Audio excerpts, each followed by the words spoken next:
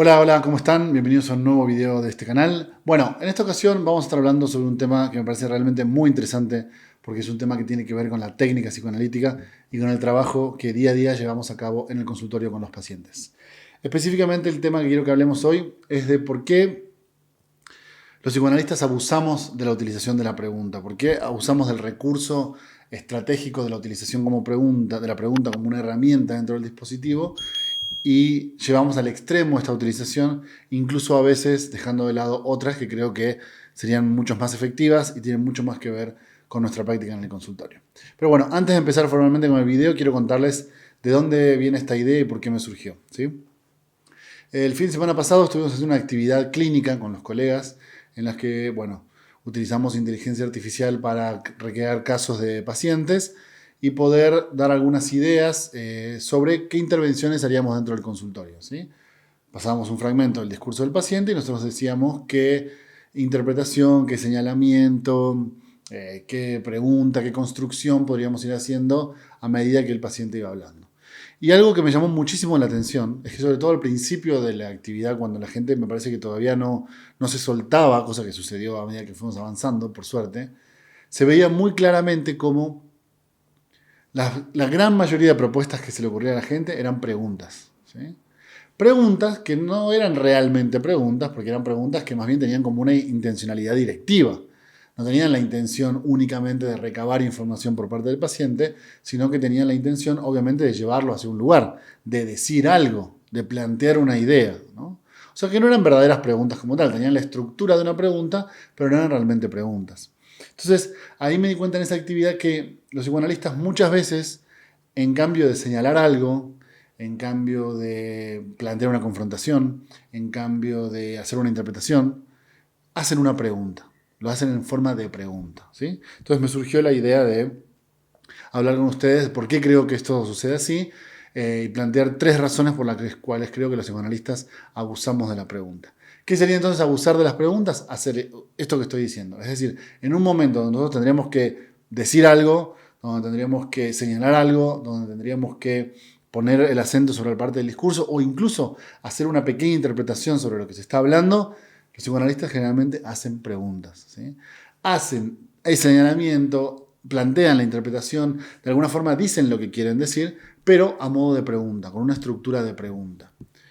De hecho, es muy conocida la broma que se hace generalmente sobre el psicólogo, que cuando uno le cuenta lo que le sucede, el psicólogo te pregunta algo como, bueno, ¿y eso cómo te hace sentir? ¿No? Esa pregunta, digamos, ese chiste, más allá de ser gracioso, porque es verdad, encierra creo que un grave problema, ¿no? Que es que la gente generalmente no viene únicamente para que le planteemos preguntas. La pregunta en sí misma no tiene nada de malo. Obviamente es importante hacer preguntas en el dispositivo, pero creo que es importante entender para qué funciona la pregunta. Es decir, la pregunta como herramienta clínica en el consultorio del psicoanalista tiene una función muy específica, que es recabar información. O sea, yo pregunto cuando no entendí algo, pregunto cuando entendí sobre eso, pero quiero saber más sobre otra cosa. Pregunto cuando quiero que el paciente me cuente algo de lo que no ha contado, por ejemplo, ¿no? Planteo la pregunta para obtener de él una respuesta. Entonces, en ese sentido, digamos, si pudiéramos dividir, por ejemplo, las herramientas del consultorio en las que brindan información y las que solicitan información, la pregunta es una herramienta que solicita información, no brinda información, ¿sí? Estrictamente hablando. Ahora, por supuesto que ustedes pueden hacer otros tipos de intervenciones a modo de pregunta, con la estructura de pregunta, pero esencialmente, aunque tenga la apariencia de una pregunta, no es como tal una pregunta porque no tiene la función de recabar información. Entonces ustedes pueden hacer un señalamiento a modo de pregunta, pueden hacer una mini interpretación a modo de pregunta, pueden hacer una intervención a modo de pregunta, aun cuando la intención no sea recabar información, sino brindar información. Y en ese sentido no me parecería para nada un error técnico si no fuera porque veo que esto se repite tanto dentro de los consultorios que ya los colegas no lo hacen conscientemente, ¿sí?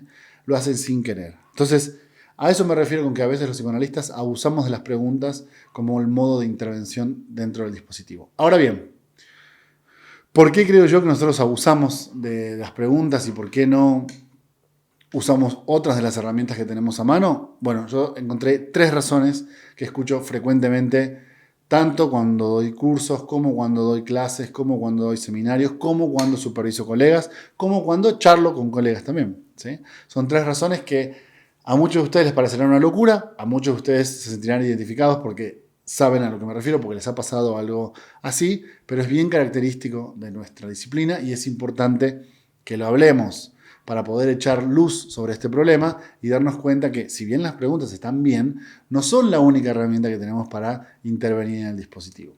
Entonces, acá señalé 3. Voy por la primera. ¿Por qué en general los psicoanalistas abusamos de las preguntas dentro del dispositivo? Punto número 1. Porque en general, en nuestra formación, se nos enseña a no hablar, ¿sí?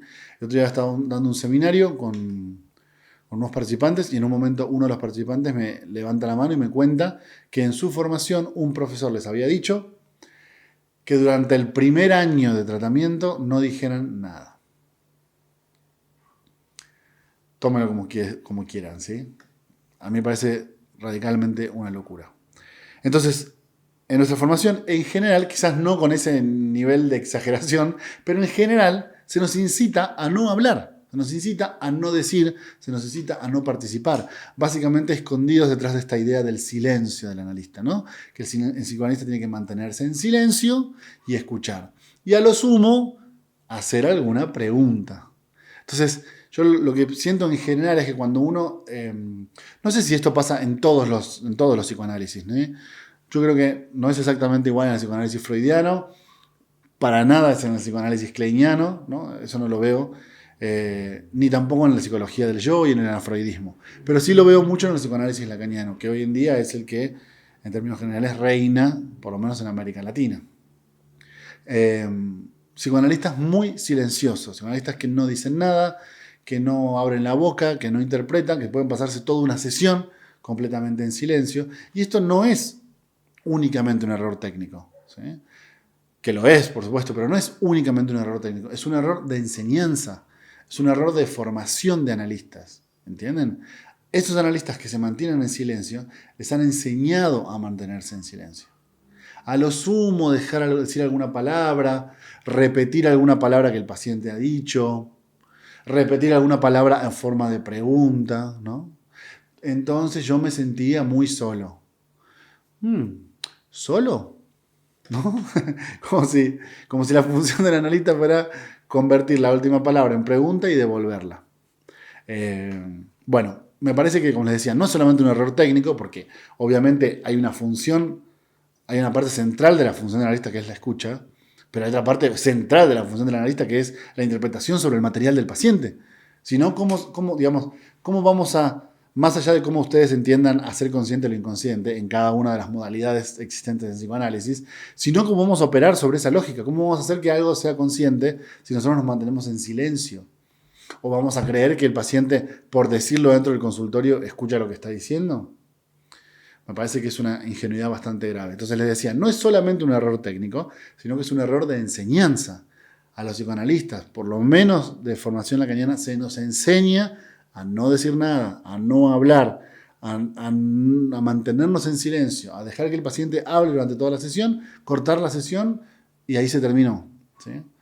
A lo sumo se nos permite hacer algunas preguntas. Entonces no es casualidad que cuando vos le digas a la gente, bueno, a ver, díganme, ¿qué le dirían acá al paciente? Le dirían preguntas, por supuesto, ¿no? Entonces yo creo que ese es el punto número 1. Después, el segundo punto, que me parece todavía más interesante, es que tenemos miedo a estar equivocados, ¿sí? Y ese punto me parece más interesante porque me parece más lógico. Es obvio que cuando uno está hablando con otro y se le ocurre una cierta hipótesis sobre por dónde podría ir la cuestión o alguna interpretación que uno se le ocurre que pudiera decirle al paciente, eso sí me parece bastante más lógico que uno tenga miedo a equivocarse, ¿no? Sobre todo cuando uno recién va empezando, tiene miedo a equivocarse. Además de que en general, no siempre, ¿no? Pero en general, las interpretaciones con las cuales el analista interviene son sobre temas sensibles. En primera instancia, porque todo lo que se habla en un consultorio en general son temas sensibles. Y en segunda instancia, porque la interpretación siempre va en contra de los elementos represivos. Entonces, bueno, uno sabe muy bien que no es justamente lo que el paciente quisiera escuchar, ¿sí? incluso en términos metapsicológicos no es lo que el paciente quisiera escuchar y puede que le genere algún malestar, puede que le genere alguna molestia, pero bueno, digamos, nuestra función es esa, no por sentir que cuando nosotros interpretemos algo de la resistencia va a aparecer, entonces no vamos a decir nada durante el trabajo en el consultorio, porque eso sería como todavía favorecer más la resistencia, ¿no? Pero sí entiendo muy bien que se puede jugar el problema sobre la interpretación correcta o la interpretación incorrecta. Digamos que a nosotros se nos ocurre cierta idea o tenemos cierta noción sobre qué es lo que queremos decir, sobre cuál es la idea que queremos interpretar o el señalamiento que queremos hacer sobre el paciente y tengamos la fantasía de que puede estar equivocado, ¿no? Por supuesto que siempre uno puede estar equivocado. De hecho, las interpretaciones no son más que hipótesis que uno plantea sobre modos de lectura del material que nos presentan los pacientes. Pero bueno, yo creo que hay que superar ese problema porque, sin lugar a dudas, no hacer nada, o sea, no hacer nada por tener miedo de equivocarse con la interpretación es un error todavía muchísimo más grave que el de equivocarse con la interpretación, ¿no? Yo me acuerdo que en la facultad tenía un profesor psicoanalista que era muy, muy bueno y él siempre nos decía, como para calmarnos, algo así como una buena interpretación no salva a un paciente, no cura a un paciente, una mala interpretación no le arruina la vida a un paciente, ¿sí? Entonces, hay que ir practicando, soltarse un poco y animarse a decir, sabiendo que la interpretación puede no ser correcta, puede ser una hipótesis y esa hipótesis estará equivocada, y aún así eso no afecta para mal el tratamiento, ¿sí? Entonces, yo creo que en ese punto, si me pidieran un consejo que nadie me pidió, les diría lo contrario de lo que decía el profesor este. Ante la duda, es preferible plantear la interpretación. Porque puede ser que si si es incorrecta no tenga ningún efecto. Pero si es correcta puede llegar a tener un efecto y puede generar que se aumente el flujo asociativo del paciente, por ejemplo, ¿no? O ayudar a resolver el problema que venimos a resolver en el tratamiento. Así que creo que hay que vencer el miedo a esta fantasía neurótica de estar equivocados, de hacer las cosas mal, de que nosotros no podemos, ¿no? Que es un poco lo que nos fomentan en la carrera. Como nosotros somos psicoanalistas muy experimentados, ustedes no saben nada, ¿no? Así que bueno, como no saben nada, quédense en silencio y no hagan nada. Me parece que hay que romper un poco esa barrera y la fantasía de la interpretación incorrecta y entender que la interpretación básicamente es una apuesta, como decía Lacan, ¿no? Es una hipótesis, es decir, uno la lanza y ve cuál es el efecto que termina teniendo en el paciente. Y bueno, el tercer punto, para tampoco extenderme demasiado, es otra fantasía interesante, que es la de aplastar la verdad del paciente, ¿no? Esta idea se relaciona mucho con algo que también nos enseñan en la formación, que es la de no introducir significantes en la vida del paciente, como solamente operar sobre los significantes que el paciente trae. Esa afirmación está llena de un montón de problemas teóricos que no me voy a meter ahora, como por ejemplo que alguien es dueño de los significantes, ¿no? Como yo tengo mis significantes y ustedes tienen sus significantes. La teoría de Lacan enseña precisamente lo contrario, que a lo sumo los significantes tienen a la gente, pero no al revés, ¿no? Además, si el tratamiento se da en inmicción de otra edad, ¿de quién son los significantes? Pero bueno, no me quiero meter demasiado en ese problema. Lo que sí quiero decir es que en relación con esta idea de no meter significantes que no sean del paciente, también se juega esta idea de respetar la verdad del paciente o no aplastar la verdad del paciente o no superponer la verdad del analista por la verdad del paciente. Y entonces yo creo que ante eso los psicoanalistas lo que hacen es técnicamente ir acercándose con preguntas, ¿no? En vez de decir la interpretación que están pensando, tienen la idea de que si van llevando al paciente con preguntas a la misma interpretación, es la verdad del paciente.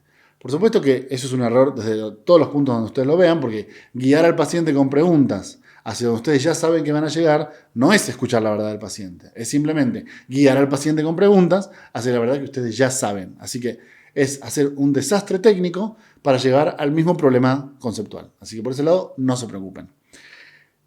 Y sobre el tema de la verdad, si ustedes son de esos analistas que tienen la fantasía de que el paciente entienda que esa es la verdad o toda la verdad o aplastar con su verdad a la verdad del paciente, tampoco se preocupen. Porque si hay algo que en la propuesta de Lacan que es interesante sobre la lógica de la verdad, es que la verdad es siempre a medio decir. Entonces, aunque lo digan ustedes, nunca es la verdad total, nunca es la verdad absoluta, porque no hay tal cosa como la verdad absoluta. La verdad siempre está medio dicha. Y en una interpretación también. Es decir, una interpretación es un gran ejemplo de verdad a medio decir. Ustedes plantean una idea que por estar hecha de significante siempre está, vamos a decirlo así, agujereada, siempre es parcial, nunca es total, nunca es completa, y la ponen sobre la mesa. Esa verdad nunca va a poder aplastar al paciente porque nunca hay ninguna verdad completa. La verdad en el momento en el que se dice ya está medio decir. Así que no hay forma de decirlo todo. Si tienen esa fantasía neurótica, no se preocupen. No hay forma de imponerle al otro la verdad porque no hay forma de decir la verdad completamente. ¿Sí? Además, si se sostienen el punto anterior, mucho menos todavía. Si ustedes tienen la humildad de darse cuenta de que su interpretación no es más que una propuesta, no es más que una línea de trabajo, no es más que una idea por dónde pensar la cuestión, nunca van a tener la fantasía de aplastar al otro con esa verdad porque no es más que una sugerencia.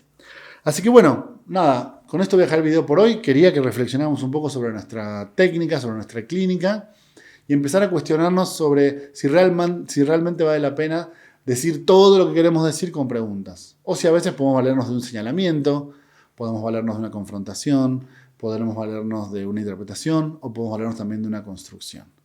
Me parece que nos vendría muy bien en el psicoanálisis lacaniano entender que el analista tiene su función y que somos una pieza fundamental para que pueda hacerse consciente lo inconsciente, como sea que ustedes entiendan esa frase. Bueno, con eso vamos a dejar por hoy. Les agradezco muchísimo y espero sus preguntas y sus comentarios acá abajo del video y nosotros nos veremos seguramente en un nuevo video de este canal. Que estén muy bien.